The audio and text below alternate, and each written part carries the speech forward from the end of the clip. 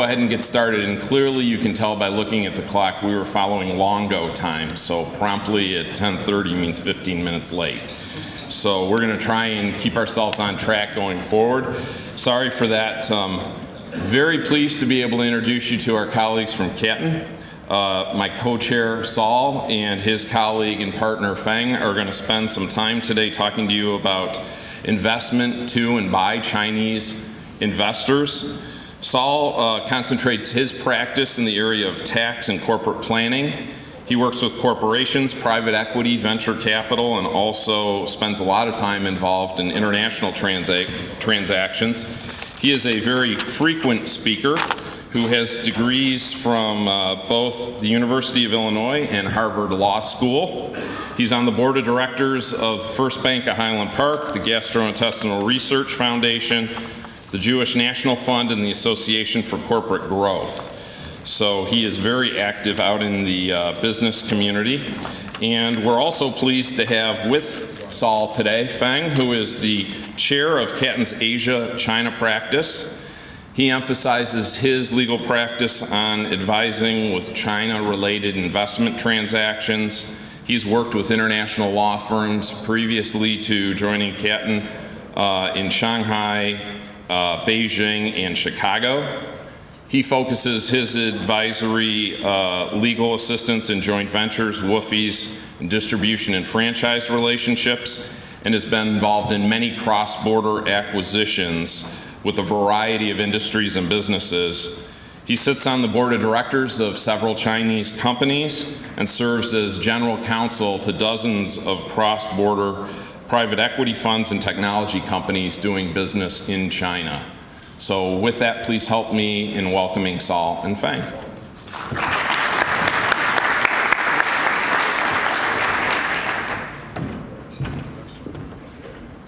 have to zero this out. Let's do this. With some technical help, please. I'll go first. Long presentation up? Yeah. Okay, let me get mine. Sorry. Okay. Sorry for this.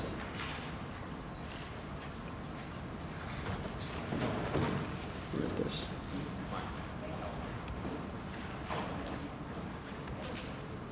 We need your technological expertise for this long presentation. Well, I'm sorry. We decided I'll go It's not first. you, it's So. my mistake. Okay. Very organized is the thing. Fensu is to be, we don't know which one go first. Okay. I'm sorry. No, thanks, Stephen. Thank you. Thank you, Lou, for the excellent introduction. So can I skip the commercials? I hate to run commercials about the law firm. Anyway, it's my pleasure to be here to share some of my experience with you. I know people don't like lawyers, so I pretend I'm not a lawyer here. Instead, I want to share some practical lessons we learned as participants in some of the transactions and observers in some other transactions. So I'll leave all the legalese and boring legal stuff to Sal. So after me, he's going to speak on those legal issues.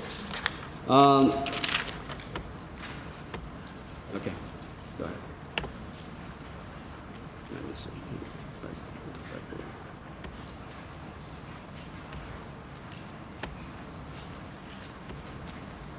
Okay, the first session we just had set a perfect background for this panel discussion.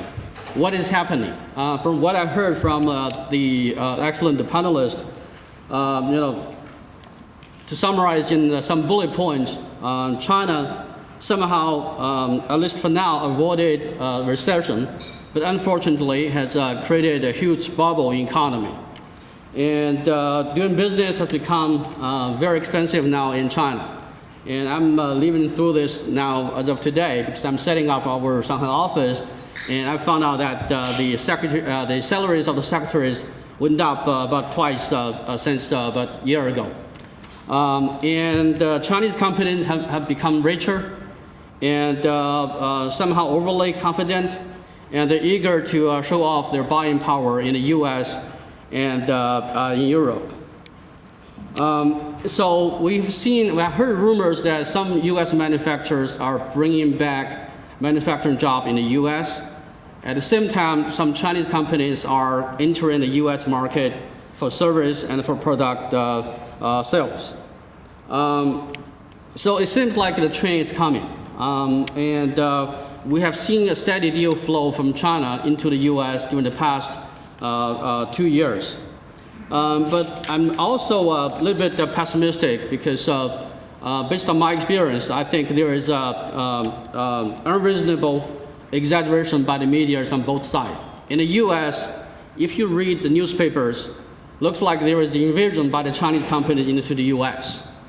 And on the Chinese side, and on purpose, the Chinese media overplayed the current economic situation in the U.S.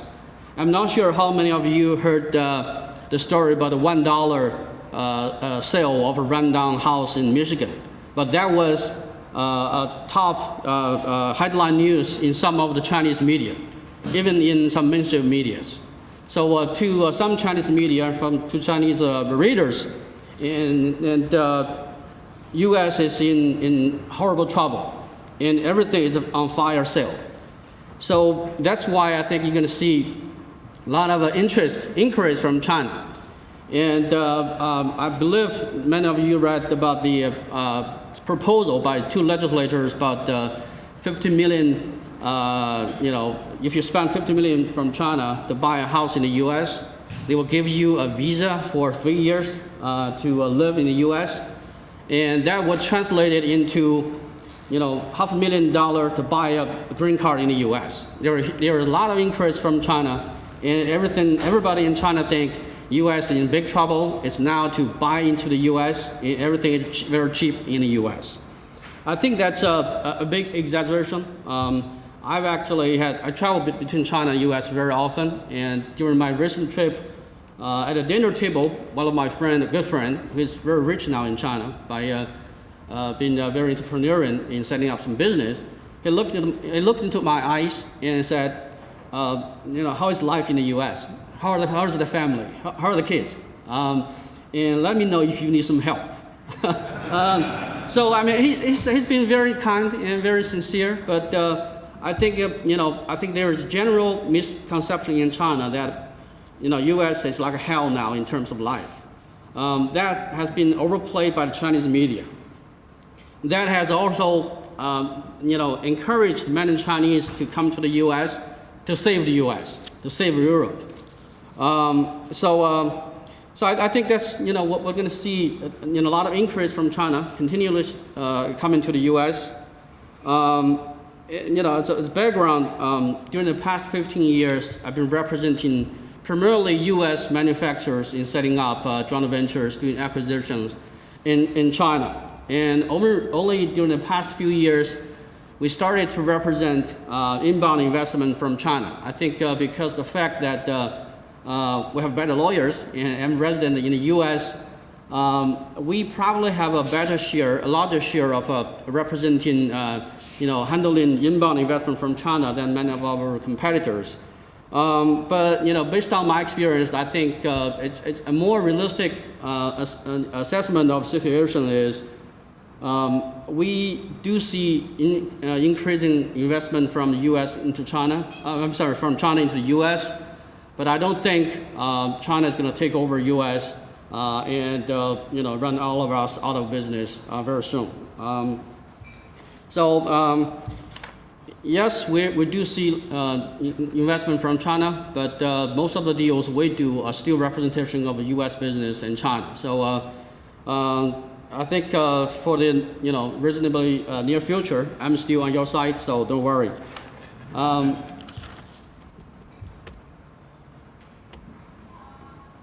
Sorry. Forward. Next. Okay. I think talking about investing from China, one very important issue I think we need to recognize is the importance of reverse due diligence. When I say this to many of my clients, people will laugh at me. People say, well, they're going to pay with cash. What do you mean by reverse due diligence? Do you mean we need to look into how green their cash is or how red their RMB is? But I think, to be frank with you, I think you do. You do have to look into how rich they are, how real they are, and how real is the transaction. I think in terms of market participants in China, it's very different from the U.S. Here, we have public company, you have private company. That's it. But in China, there are different categories of market participants, and each player has different internal and external requirement. So I want to go through this quickly with you so that you have an understanding as to who you're dealing with and to formulate your right strategy. The biggest one is obviously the sovereign funds. Those are the CIC type of companies. They are owned by the government and for the purpose of doing investment overseas. Those are the big deals. We have been dealing with provincial level state assets bureaus and also some funds formulated by the government with government money. And those funds are more strategic. They're looking for energy deals or more strategic financial investment.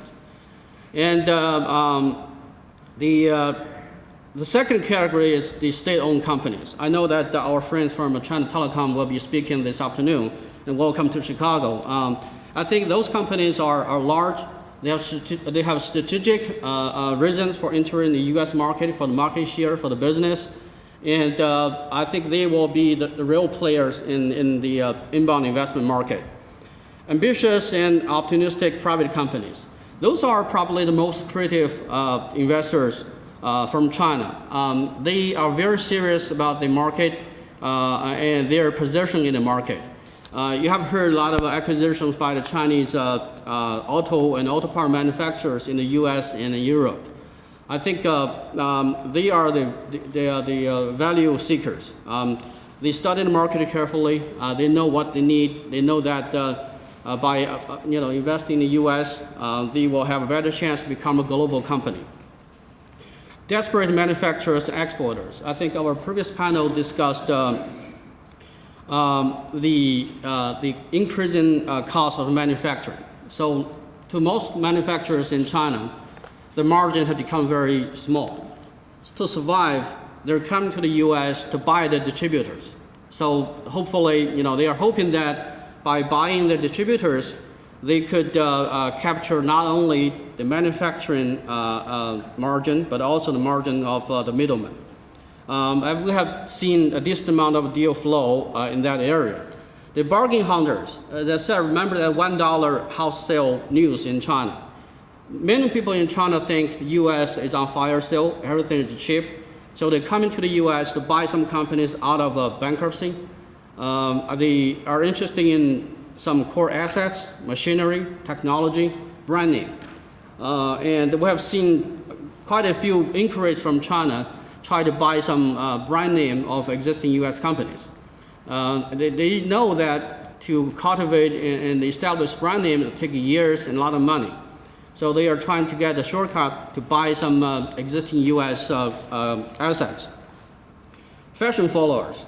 This is a very interesting topic. I mean, if you make a trip to second-tier cities and third-tier cities in China, people will tell you that, well, we heard this acquisition, that acquisition in the U.S., and we want to, look at some opportunities too in the U.S. And very often, the local government, they will encourage their local enterprises to buy and do a small acquisition in the U.S. They see this as something fashionable because to the local bureaucrats, have acquisition in the U.S. will add some value to the resume in terms of a promotion. There are people who just do acquisition in the U.S. just for the sake of publicity and government performance ratings. And as I said, the most important thing when you get inquiry from China about some business opportunities in the U.S. is to look into who they are and whether they're real or not. and you need to look at whether they really has the money to do the acquisition. So investigation, reverse due diligence is very important. I think many of you probably have already signed numerous LOIs with Chinese companies. In old days, historically, Chinese companies are very careful in signing any paperwork. So basically, I remember 10, 15 years ago, if you want to have an LOI with a Chinese company, they will have to go through various internal approval process to get authorization to sign an LOI. But now I think over the years, probably with assistance from some bankers and lawyers, they know that they come to knowledge that LOIs in the U.S. Under state law, most of state law are not binding, and so they enter into a spree of signing LOIs in the U.S. So every time when a Chinese delegation visits the U.S., they will probably go home with 20 or 50 LOIs in their hands. And none of them is binding, and they don't intend to do anything. They don't intend to do any follow-up. They just, for the sake of bringing home some souvenirs, they bring with them the LOIs. And although as a Chinese national, I'm a little bit ashamed to explain to you the business culture of thinking big. In China these days, whenever you talk to a business partner, here in the U.S. we talk about millions of dollars, but in China people speak about billions of yuan. And everybody, even some people you think are now wealthy, they will tell you that, well, I have $1 billion project. If you challenge them, where's the money? I know you for 20 years. I know you're not that rich, but where's the money? He will tell you that, well, I don't have the money, but my friends have a lot of money. And my friends have a lot of money. Or sometimes they will tell you that, well, I don't have the money, but there is, 15 or 20 high net worth individuals behind me. They have lots of money. Or they have some private equity funds behind us. So I think you have to be careful. If people tell you that, it's probably a telltale sign that they're not for real, and they basically prey on your desire to get funded, and they play some game with you. The trap of capital commitment letter. Very often, if you have a Chinese buyer, they approach you. You tell them, where's the money? They will provide you a capital commitment letter signed by one of the friends or a large name Chinese company. But don't trust that capital commitment letter, because that letter most likely could be a favor at a personal level by one of the friends with another big organization. This capital commitment letter is not binding. It doesn't carry with much weight. And I've seen people play this capital commitment letter a lot. So don't put 100% trust in that capital commitment letter, even if it's signed by big company or big bank. And beware of the middleman sweat equity. I think it's also investment banking business in the U.S. is big business, but compared with China, probably there were not many bankers in the U.S. In China, everybody seems to want to play the role of investment banker. And very often you're approached by people who tell you that I want to buy your company for $20 million. And very often the guy who approached you is not the real buyer. And they will lock you in with some contracts. They can go all the way to signing a contract, but they will turn around to sell the project to some real buyers. And of course, for this type of middleman, they will put in all sorts of loopholes that you can drive a truck through, so that if they cannot get the money, they will just walk away, and wasting your time and money and effort. So I think it's also do some due diligence upon the people who we're talking with. And it's easy to do. I think Andy Rice mentioned this. It's relatively easy to check the background of the people who we're dealing with. You can spend a couple $100 to hire some market service company to dig out the information about your counterparts in China. The last item, again, as a Chinese national, I'm a little bit hesitant to explain about negative publicity, the value of negative publicity in China. Here, at least I think we have better sense of being wrong or being correct, being famous and being infamous. But in China, especially during the internet age, even some negative publicity means a lot of money. I don't elaborate on the concept. I'll give you one example. We all heard that Teng Zhong proposed acquisition of Hammer. And to some professionals in the U.S., to many bankers here in the U.S., I think it's a little shameful that the deal was put together without a substance. But I tell you what happened. My conversation with some of my friends in China. So when the deal blew up, I was in China. I met one of my well-known banker friends. He said, "Well, the Teng Zhong guys were so smart." And I said, "Why?" He said, they spend no money. They just get such publicity. And you can spend millions of dollars to try to get that publicity, but they simply get that publicity with only a proposed deal. And so they see that deal as a victory for Teng Zhong because they think they played GM and they spend little money, but they get this huge publicity. But I told him, I said, that's negative. Well, my friend said, well, negative publicity is also publicity. So now everybody knows Teng Zhong Company. Because, from unknown small company in middle part of China, suddenly become international recognized name. So I think I mentioned this concept because some people in the U.S., they are willing to talk to the big players. They will talk to the biggest players in the U.S., tell them that I want to buy you just for the purpose of getting some publicity. So be careful with that players. Again, another difference between Chinese company and the U.S. company is, in the U.S. it's virtually free market. So if you want to sell, you have to report to your shareholders, to your directors, and unless you have some confidential information on military or sensitive technology, you're free to sell. You have a problem. You need to go through a CFIUS, but that's probably the only hurdle you have to go through. But in China, for a Chinese company to buy into the U.S., they have to go through all sorts of approval procedures. And I listed some key approvals. NDRC, that's National Development and Reform Commission.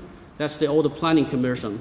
For all sizable acquisitions by the Chinese into the U.S., they will have to get the NDRC approval. And of course, MOFCOM approval is also required, Ministry of Commerce.